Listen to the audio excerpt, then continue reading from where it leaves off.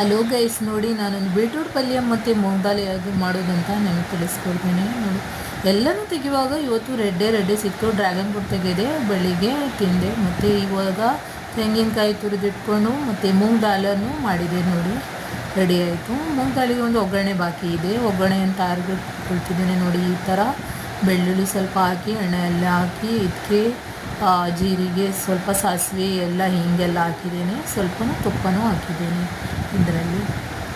ಮತ್ತು ಒಗ್ಗರಣೆ ಎಲ್ಲ ಮೂಂಗ್ ದಾಲಿಗೆ ಹಾಕಿ, ಇವಾಗ ಮೂಂಗ್ ದಾಲ್ ರೆಡಿ ಆಯಿತು.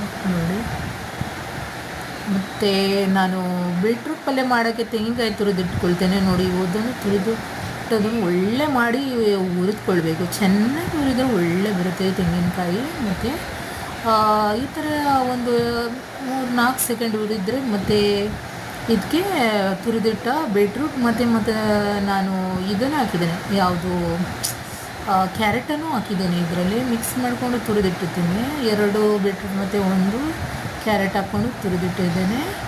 ಇವಾಗ ಪೇಯಲಿಕ್ಕೆ ಹಾಕಿದ್ದೇನೆ. ನೋಡಿ, ಸ್ವಲ್ಪ 2-3 ಸೆಕೆಂಡ್ ಬೆಂದರೆ ಸಾಕು. ಅದು ತುರಿದಿದ್ದಲ್ಲ, ಅದು ಬೇಗ ಆಗಿಬಿಡುತ್ತೆ.